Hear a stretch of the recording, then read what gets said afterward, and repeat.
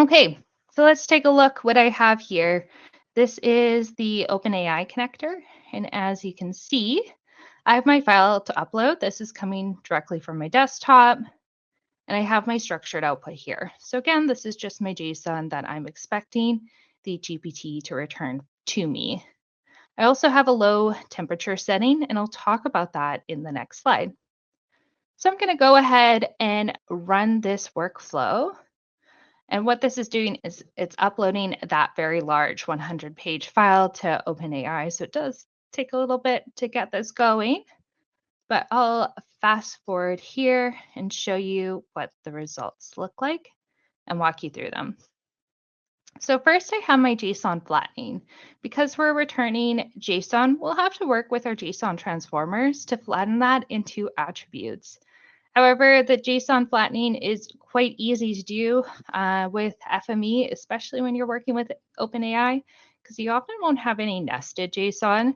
You'll just have straight up attributes to flatten. So it typically takes 1 to 2 transformers to do that.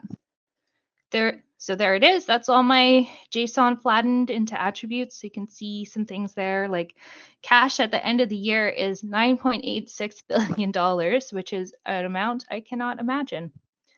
After there, we're going to do some basic string manipulation. So I had some quotations and some curly brackets I wanted to strip. So I'm just doing that in these transformers.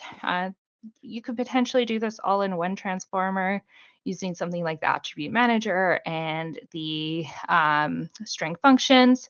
However, just to make it really easy to understand, I decided to do it in 3 of our built-in string transformers, but there's many ways to do things within FME. And then, oh, this is just showing it stripped. The next thing I'm doing is I'm pivoting my data. So by default, FME assumes that you're working with many features or many rows of data. And then you want to have basically a very wide but short table. Well, when working with things like Excel, oftentimes you want a very long but skinny table. So I'm just kind of tilting that data on its side and manipulating it here. So my first step is I'm using the attribute manager and I'm just changing all those attribute names to make it more clear. And then I'm using my attribute keeper to only keep the attributes that I want to flip. And now I'm using the attribute exposer. And what this does is it basically blows up my table. So now instead of having that long, that wide but short table, now it's going to be tall and skinny. And that allows me to better analyze this data in Excel.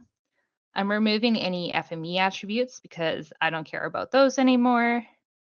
I'm renaming those columns. So now instead of all of those ones, I have my metric and my value. So I can see per metric, these are the values that I have.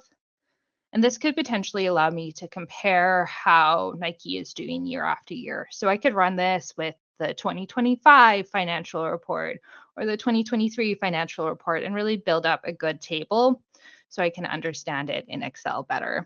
And this would just be writing this out to Excel.